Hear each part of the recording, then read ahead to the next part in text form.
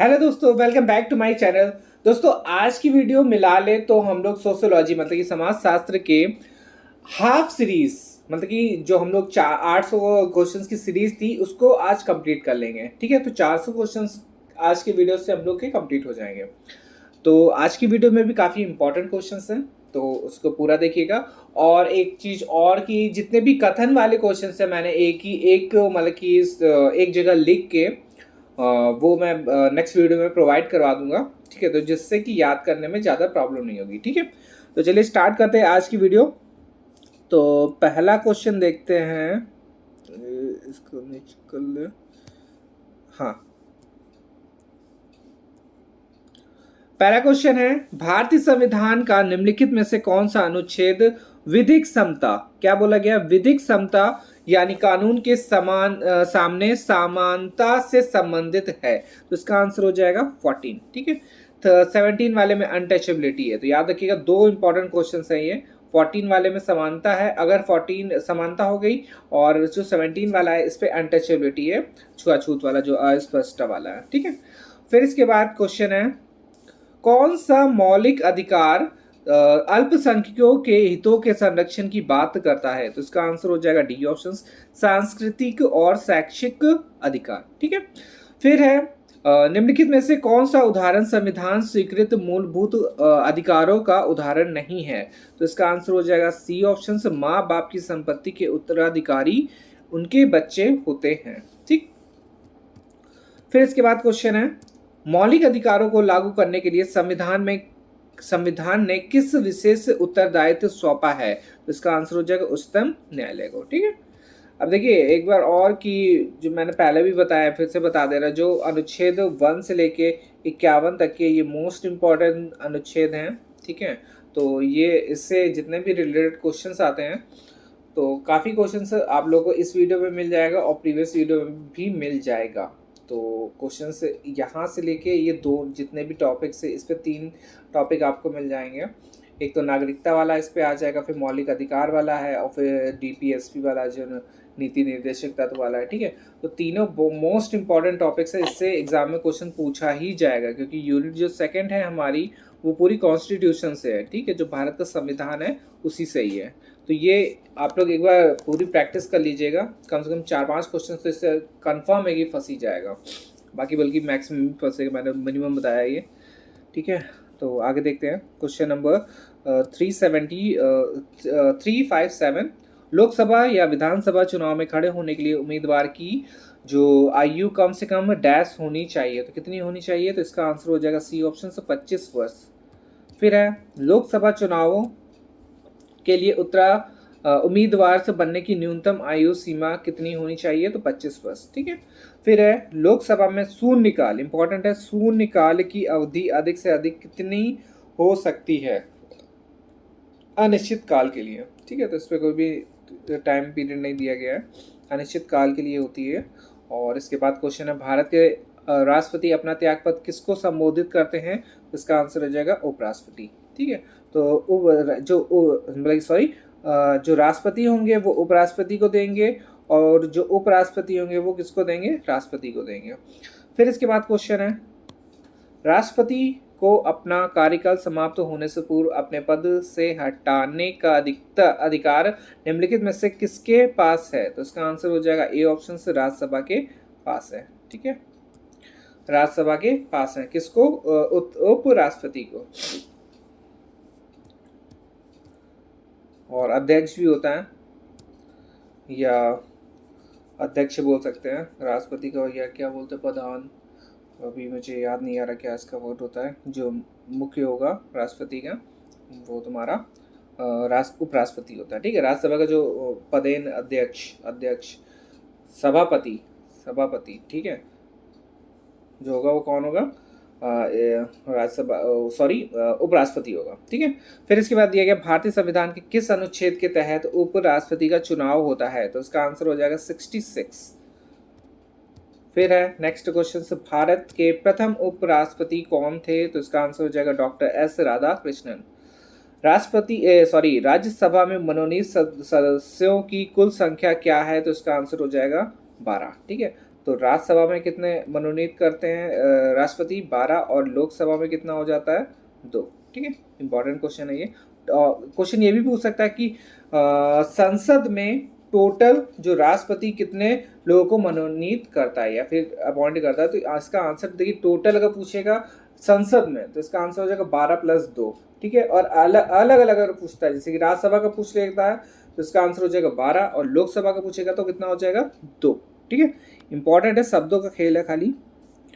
और फिर इसके बाद है 365 नंबर, और इस पे दिया गया प्रत्येक 2 वर्ष के बाद राज्यसभा के कितने सदस्यगण सेवानिवृत्त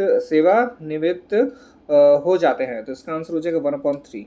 ठीक है, हाँ, राज्यसभा के पदेन अध्यक्ष कौन होते हैं? तो इसका आंसर हो जाएगा बी ऑप्शन, उपराष्ट्रपति। जो मैं बोलना चाह रहा था वो ये है, पदेन अध्यक्ष। ठीक है, अध्यक्ष क्योंकि स्पीकर जो होता है वो तुम्हारा इस पे हो जाएगा किस पे हाँ, लोकसभा में। ठीक है, फिर इसके बाद क्वेश्चन है, राज्यसभा सदस्यों के लिए न्यूनतम आयु कितनी होगी? तो ये 30 वर्ष हो जाएगी। ठीक है, तो ये थोड़ा सा ध्यान रखिएगा, जो लोकसभा की है वो 25 है। ठीक है, और जो राज्यसभा की है वो 30 है। ठीक है, इंपॉर्टेंट है ये। फिर इसके बाद राज्यसभा का सदस्य बनने के लिए आवश्यक न्यूनतम आयु कितनी होनी चाहिए? तो इसका आंसर हो जाएगा 30 वर्ष। ठीक है, दोनों सेम ही क्वेश्चन है ये। और फिर इसके बाद क्वेश्चन नेक्स्ट है, मृत्युदंड के मामले में क्षमा देने का अधिकार किसे है? तो इसका आंसर हो जाएगा राष्ट्रपति को। ठीक है, क्षमा देने का अधिकार किसको होता है? राष्ट्रपति को ही है खाली। और प्रजातंत्र के प्रकार हैं, तो इसका आंसर हो जाएगा सी ऑप्शन से, प्रत्यक्ष प्रजातंत्र और अप्रत्यक्ष प्रजातंत्र। फिर है क्वेश्चन नंबर 371, और इस पे दिया गया जनतंत्र वह सरकार है जिसमें सब भाग लेते हैं। कथन किसका है? तो इसका आंसर हो जाएगा सिलेगा। ठीक है, अब ये जो मैं बोलना चाह रहा था, जो कथन वाले क्वेश्चंस हैं, ठीक है, इसको मैंने एक जगह नोट डाउन करा है, और फिर मैं इसको नेक्स्ट वीडियो में, जब अगली वीडियो आएगी तो उस पर मैं आप लोगों को बता दूंगा। ठीक है, तो इससे क्या होगा कि जितने भी कथन वाले क्वेश्चन है एक ही जगह आप लोग को मिल जाएंगे और याद करने में आसानी हो जाएगी। क्योंकि ऐसे क्या है ना, कथन वाले क्वेश्चंस को बीच में आ जा रहा है तो थोड़ा सा याद करने में भी दिक्कत होती है जैसे। ठीक है, और कथन हो गया। फिर इसके बाद मैंने बुक्स को एक लिस्ट बनाएंगे, वो देंगे, प्रोवाइड करेंगे। और फिर इसके बाद जो हमारे जो क्या बोलते हैं ईयर्स वाले क्वेश्चन है, देखिए 3 मैंने बनाए हैं। एक तो कथन वाला हो गया, ठीक है, फिर दूसरा हो जाएगा हमारा बुक्स का, और तीसरा हो जाएगा ईयर का। ठीक है, क्योंकि 3 जो ये हमारे 3 टॉपिक है ना, बहुत ही ज़्यादा इंपॉर्टेंट है। सिर्फ क्वेश्चंस फंसेंगे तो इसी में फंसेंगे, क्योंकि अगर आता होगा तो सीधे होगा, वरना फिर तुक्का लगेगा। ठीक है, फिर इसके बाद आगे देखते हैं क्वेश्चन। और बोला गया जनतंत्र जनता की सरकार है, या किसने बोला है? तो इसका आंसर हो जाएगा अरस्तु। ठीक है, किसने बोला है? अरस्तु ने बोला है। फिर है जनतंत्र जनता के द्वारा और जनता के लिए शासन है, तो ये बोला है अब्राहम लिंकन ने। ये भी इंपॉर्टेंट है कि यही वाला कथन आपका उस पर भी है, दार्शनिक में भी है, सब में मिलेगा आपको, दार्शनिक मनोवैज्ञानिक में भी। और फिर इसके बाद जनतंत्र के सिद्धांत हैं, तो इसका आंसर हो जाएगा ये सभी। क्या है? न्याय भी है, समानता व स्वतंत्रता भी है, और बंधुत्व भी है। ठीक है, फिर इसके बाद है जनतंत्र शिक्षा के प्रमुख उद्देश्य हैं, तो इसका भी आंसर क्या हो जाएगा? ये सभी। जनतंत्रीय नागरिकता का विकास और व्यावसायिक कुशलता का विकास और धार्मिक सहिष्णुता का विकास। ठीक है, फिर नेक्स्ट देखते हैं, जनतंत्र में शिक्षा होनी चाहिए, तो इसका आंसर हो जाएगा ये सभी। बाल केंद्रित भी, निःशुल्क एवं अनिवार्य शिक्षा भी, और सार्वभौमिक शिक्षा भी होनी चाहिए। फिर है 377 में, जनतंत्र में अध्यापक की भूमिका होनी चाहिए, तो इसका भी आंसर क्या हो जाएगा? D option. तो अध्यापक की जो भूमिका होनी चाहिए जनतंत्र में, वो देख लेते हैं। अध्यापक का समाज में स्तर उच्च होना चाहिए। ठीक है, जो अध्यापक होगा उसका अच्छा, मतलब कि जो स्थिति है वो अच्छी होनी चाहिए। स्थिति नहीं, मतलब कि जो उसका स्तर है वो अच्छा होना चाहिए, बुरा नहीं होना चाहिए, गुंडागर्दी वाला नहीं होना चाहिए। ठीक है, और फिर इसके बाद बालकों की योग्यताओं को समझने की क्षमता होनी चाहिए, और अध्यापक को चरित्रवान होना चाहिए जिसका समाज में आदर करें। ठीक है, तो जो अध्यापक नहीं पहले बोला था कि मास्टर साहब है, तो एक जो स्थान होना चाहिए वो उच्च में होना चाहिए कि लोग अच्छी दृष्टि से देखें उसको। ठीक है, क्योंकि पुराने ज़माने में क्या होता था, मास्टर साहब बोलते थे गाँव में, तो उसको एक अच्छी स्थिति में देखा था, या मतलब कि उसकी जो दृष्टि होती थी, जो हम लोग देखते थे उसको, या फिर सब लोग देखते थे उसको अच्छी नज़र से देखते थे। ठीक है। फिर इसके बाद है शिक्षा के समान अवसरों का प्रावधान किया है, तो इसका आंसर हो जाएगा ए और बी। केंद्र सरकार ने भी और राज्य सरकार ने भी। फिर इसके बाद नेक्स्ट देखते हैं, शैक्षिक अवसरों की समानता आवश्यक है, तो इसका भी आंसर क्या हो जाएगा, डी ऑप्शन से। क्या क्या आवश्यक है वो भी देख लेते हैं। लोकतंत्र की सफलता के लिए, कल्याणकारी राज्य के लिए और वर्गहीन समाज के लिए। ठीक है। फिर है भारत में शैक्षिक अवसरों की असमानता का कारण है, तो इस पे भी क्या हो जाएगा, डी ऑप्शन से। पहला कारण हो जाएगा परिवार का वातावरण, दूसरा कारण हो जाएगा विकलांगता, और तीसरा क्या हो जाएगा, प्रादेशिक असंतुलन। ठीक है। फिर है अल्पसंख्यक वर्ग को निर्धारित किया जाता है, तो इसका भी आंसर क्या हो जाएगा, डी ऑप्शन से। अब किससे किससे निर्धारित करते वो देख लेते हैं। जाति के आधार पर निर्धारित करा जाता है, धर्म के आधार पर भी और प्रादेशिकता के आधार पर भी इसको निर्धारित किया जाता है। ठीक है। फिर आगे देखते हैं, भारत में शैक्षिक अवसरों की समानता का क्षेत्र है, तो इसका भी आंसर क्या हो जाएगा, डी ऑप्शन। क्षेत्र कौन कौन सा है, अनुसूचित जाति है, अनुसूचित जनजाति है और अल्पसंख्यक वर्ग है। ठीक है। तो ये क्या हो जाएगा, भारत में शैक्षिक अवसरों की समानता का क्षेत्र है ये।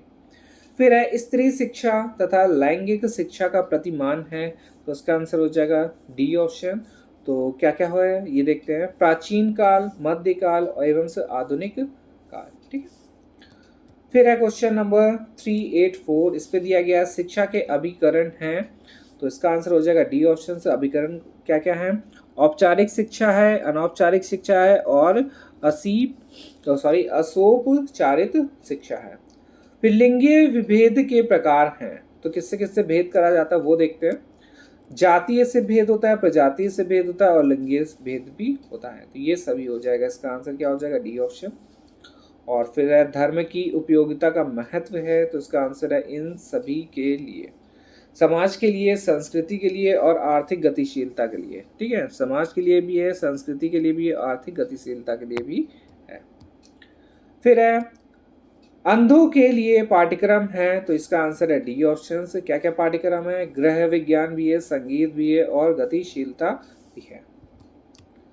फिर है क्वेश्चन, शिक्षा के संदर्भ में जेंडर भेद, तो पहला ही ऑप्शन हो जाएगा पाया जाता है। ठीक है। जो जेंडर भेद होता है शिक्षा के संदर्भ में वो पाया जाता है। फिर है भारत में जाति का आधार क्या है, तो इसका आंसर हो जाएगा जन्म। ठीक है। जन्म से ही जाति बता दी जाती कि तुम ये इस जाति के हो, तुम इस जाति के हो, तुम इस जाति के हो। ठीक है। फिर है नेक्स्ट क्वेश्चन, किस काल में पुरुषों की तुलना में स्त्रियों में गिरावट आई, तो इसका आंसर हो जाएगा मध्यकाल। इंपॉर्टेंट है। और फिर इसके बाद क्वेश्चन है हाँ, भारतीय समाज में सर्वोच्च स्थान प्रदान किया है, तो आंसर हो जाएगा पुरुषों को। ठीक है। सर्वोच्च स्थान किसको प्रदान किया है, पुरुषों को प्रदान किया है। फिर है पुरुष प्रधान समाज में सर्वा होते हैं, तो इसका आंसर हो जाएगा पुरुष, और महिला में महिलाएं आ जाएंगी। और फिर नेक्स्ट है लिंग असमानता विभिन्न तरीकों में प्रकट होती है, तो इसका आंसर हो जाएगा ए और बी दोनों में, कन्या भ्रूण हत्या और कन्या बाल्य हत्या। फिर है बालकों के समाजीकरण की प्रथम पाठशाला है, तो इसका आंसर है परिवार। इंपॉर्टेंट है ये भी कि प्रथम पाठशाला कौन सी है बालक के लिए, तो इसका आंसर क्या हो जाएगा, परिवार। फिर है क्वेश्चन, समावेशन की प्रक्रिया के आयाम हैं, तो इसका आंसर हो जाएगा डी ऑप्शन। सामाजिक भी है, राजनीतिक भी है और आर्थिक भी है। फिर है बालिका बड़ी होकर बनती हैं, तो इसका आंसर ये सभी हो जाएगा, पत्नी भी बनती है, माँ भी बनती है और बहन भी बनती है। फिर है स्त्रियों का महत्वपूर्ण योगदान है, कहाँ कहाँ होता है वो भी देख लेते हैं, तो इन सभी में योगदान हो जाएगा। देखिए सबसे पहले परिवार में होता ही है, समाज में भी होता है और राष्ट्र निर्माण में भी होता है। फिर है लैंगिक भेद रहित परिचर्चा व्यूह रचना के लिए किस प्रकार के वातावरण को अधिक महत्व दिया जाता है, तो इसका आंसर क्या हो जाएगा, प्रजातांत्रिक। फिर है कक्ष निःसरण में लैंगिक भेदभाव को मिटाने के लिए किसको अधिक महत्व दिया जाता है, तो इसका आंसर हो जाएगा व्यवहारिक पर्यावरण को। ठीक है। तो आज के लिए हम लोग इतना ही रखते हैं। 400 का जो इसका ऑप्शन है वो नेक्स्ट वाले वीडियो में आ जाएगा, तो नेक्स्ट वीडियो में ही इसका हम लोग सॉल्व करेंगे, ठीक है। तो आज के लिए हम लोग इतना ही रखते हैं। नेक्स्ट वीडियो में और इम्पोर्टेंट वीडियो मतलब और इम्पोर्टेंट क्वेश्चंस के साथ मिलेंगे, और जो कुछ इम्पोर्टेंट नोट्स मैं बना रहा हूँ वो भी मैं प्रोवाइड कर दूंगा, ठीक है, जिससे कि एग्ज़ाम में काफ़ी हेल्प हो जाएगी आप लोगों की, ठीक है। तो चलिए आज हम लोग इतना ही रखेंगे। धन्यवाद।